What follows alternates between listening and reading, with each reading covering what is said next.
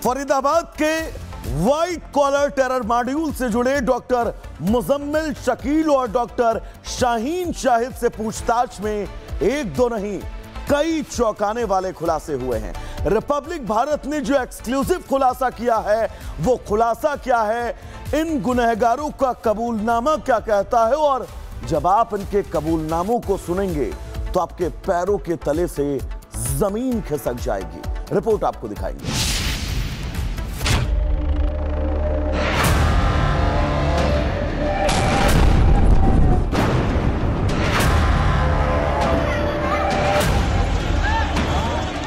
आतंकी संगठन जैश के व्हाइट कॉलर टेरर मॉड्यूल से जुड़े डॉक्टर मुजम्मिल शकील और डॉक्टर शाहीन ने पूछताछ में कई चौंकाने वाले खुलासे किए हैं। अल फतह मेडिकल कॉलेज फरीदाबाद के दोनों डॉक्टर ने जांच एजेंसी के सामने जो राज उगला है उसमें आतंकी साजिश का बड़ा प्लॉट सामने आया है। रिपब्लिक भारत के पास सूत्रों के हवाले से पुख्ता खबर है कि आतंकी डॉक्टर मुजम्मिल ने कबूला है कि वो और उमर ने कई बार लाल किले की रेकी की। वो पहली बार जनवरी के पहले हफ्ते में लाल किले की रेकी के लिए पहुंचा।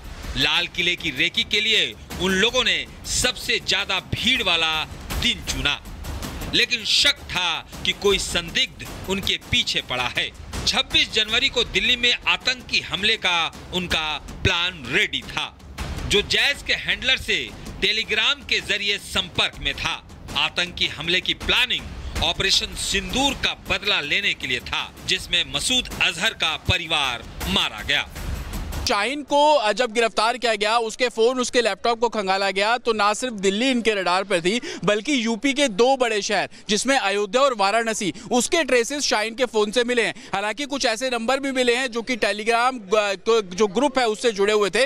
इसमें यह बात स्टैब्लिश होती है कि शाहीन, जो कि जैशे मोहम्मद की महिला विंग जमाते मुमिनीत को भारत में खड़ा कर रही थी, उसी के तर्ज पर उसने अयोध्या में एक स्लीपर सेल का नेटवर्क खड़ा किया। हालांकि यह भी जानकारी मिल रही है कि जो 2900 किलो विस्फोटक अमोनियम नाइट्रेट बरामद किया गया दिल्ली के लाल किले के बाहर जो ब्लास्ट हुआ, उसमें भी उसके ट्रेसेस मिले हैं। सूत्रों के मुताबिक जांच एजेंसियों को मुजम्मिल के फोन से दिल्ली के कई इलाकों की तस्वीरें भी मिली हैं। वहीं मुजम्मिल ने यह स्वीकार किया है कि उसका प्लान दिल्ली को गणतंत्र दिवस 2026 के दिन दहलाना था। उन्होंने इसकी पूरी प्लानिंग भी तैयार कर रखी थी, जिसमें वो लाल किले के पास भीड़ भाड़ वाले मार्केट चांदनी चौक को निशाना बनाते। लेकिन अचानक सुरक्षा एजेंसियों और जम्मू कश्मीर पुलिस के एक्शन से साजिश पर पानी फिर गया, जिसके चलते उमर ने पैनिक में आकर लाल किले के पास धमाका कर दिया। मुजम्मिल ने कबूला है कि फरीदाबाद टेरर मॉड्यूल के ध्वस्त होने और उनके ठिकानों से करीब 2900 किलो विस्फोटक की बरामदगी के चलते उमर ने हड़बड़ाहट में धमाका कर दिया। लेकिन जांच एजेंसियों की पूछताछ में सबसे बड़ा खुलासा डॉक्टर शाहीन ने किया है। जैश की महिला विंग की इंडिया कमांडर शाहीन ने कहा है, उमर ने कई आतंकी हमले करने की प्लानिंग की थी।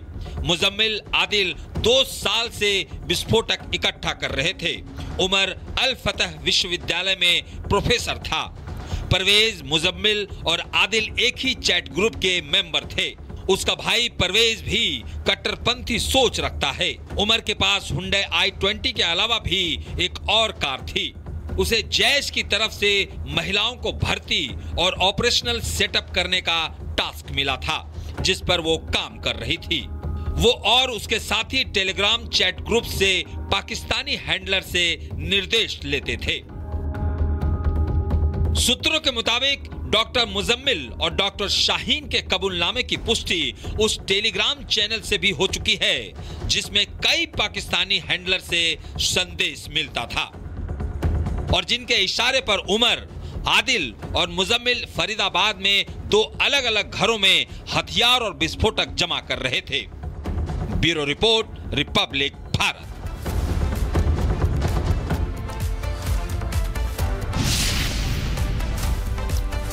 देश की राजधानी के दिल पर हुआ हमला तो दुनिया के कई देशों ने इसकी निंदा की, लेकिन एक देश ऐसा भी है जो आतंकिस्तान का हमदर्द है और आए दिन भारत के खिलाफ जहर उगलता रहता है। सुरक्षा एजेंसियों की जांच में खुलासा हुआ कि दिल्ली को दहलाने की साजिश उसी देश की जमीन पर रची गई है। जांच में यह भी खुलासा हुआ कि आतंकियों ने उस देश का दौरा भी किया था और वहीं जैश के हैंडलर से मुलाकात हुई, बाकायदा ट्रेनिंग ली गई थी।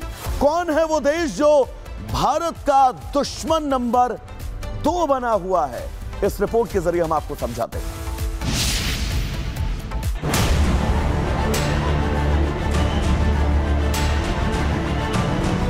देश को दहलाने की साजिश करने वाले व्हाइट कॉलर आतंकियों पर सुरक्षा एजेंसियों ने शिकंजा कस दिया है। सुरक्षा एजेंसियों की जांच का दायरा जैसे जैसे आगे बढ़ रहा है, एक के बाद एक हैरत अंगेज खुलासे हो रहे हैं। एजेंसियों की जांच में दिल्ली धमाके का तुर्की कनेक्शन भी सामने आया है। खबर है कि गिरफ्तार आतंकियों के तार तुर्की से जुड़ रहे हैं। जांच में पता चला है कि भारत को दहलाने की साजिश के पीछे सफेद कॉलर आतंकियों का एक बड़ा नेटवर्क काम कर रहा था। इस नेटवर्क के तार आतंकी संगठन जैश-ए मोहम्मद से सीधे जुड़े हुए हैं।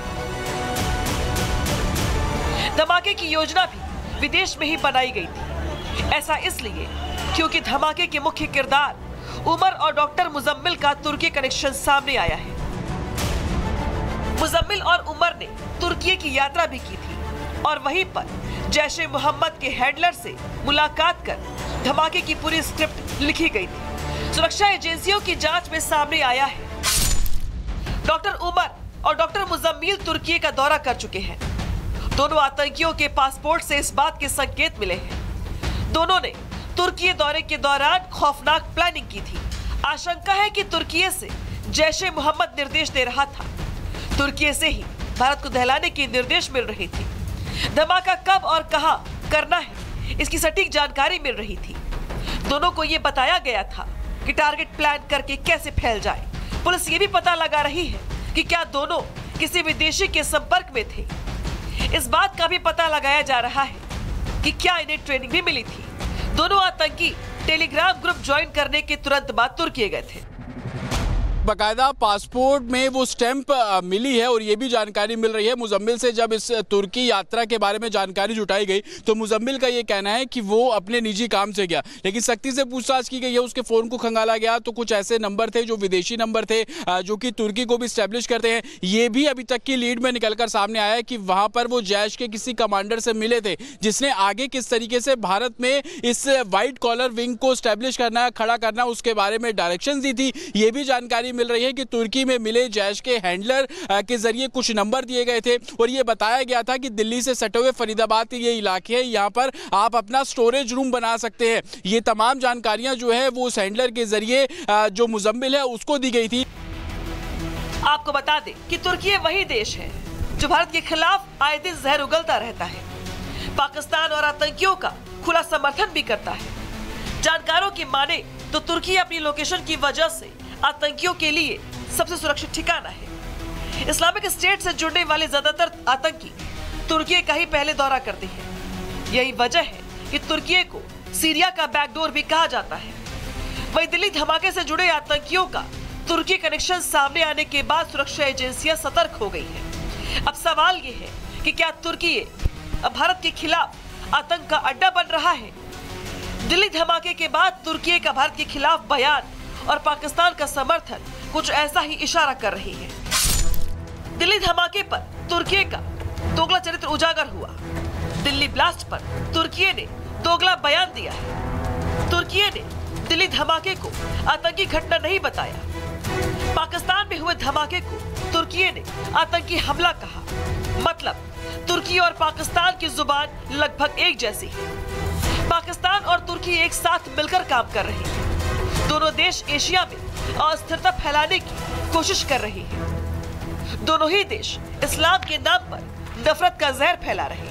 जो भारत में अभी बॉम्ब ब्लास्ट हुआ है देश की राजधानी में, जो सहानुभूति पूरी दुनिया से हमारी तरफ आ रही है, अगर तुर्की का तार इसमें साबित हो जाता है, हमें सारी दुनिया के सामने हम उसको पेश कर देंगे कि अब आप बताइए इस देश के साथ क्या किया जाए। आज हमारे साथ कर रहा है, कल आपके साथ करेगा।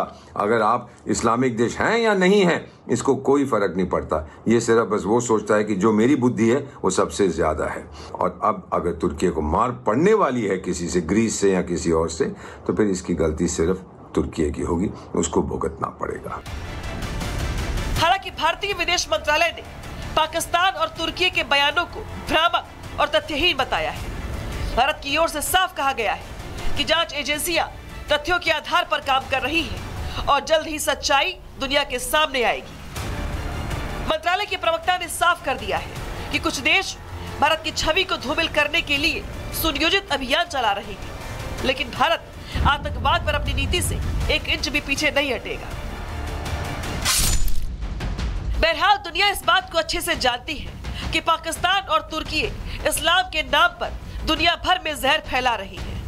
एक देश आतंक की खेती करता है और आतंकी की ही फसल काटता है, जबकि दूसरा देश तुर्की आतंकियों का समर्थन करता है, आतंकियों को अपनी जमीन के इस्तेमाल की इजाजत देता है। लेकिन तुर्की शायद ये भूल गया है कि ये नया भारत है, किसी को छेड़ता नहीं है, लेकिन जब कोई भी भारत की ओर आंखें उठाने की कोशिश करता है तो उसे घर में घुसकर तबाह कर देता है।